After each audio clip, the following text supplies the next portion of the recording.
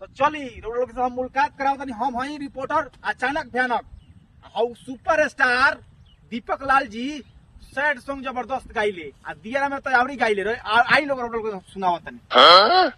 तब ब्याजी का हाल बा? ठीक है बाप अपन सुनाई। पता लागल हो कि लोग बहुत मस्त आ दर्दनाक गीत गाइले। हाँ गाइले तो तनी गा के सुनाई ना। चलिए बैठे सुनाइए दे। हां सुनाई। जब प्यार करे के ना रहे तगार काहे मार के चल गइलू हो। ये कर पहुंच रही कौन गीत है जी? ये कौन गीत हो?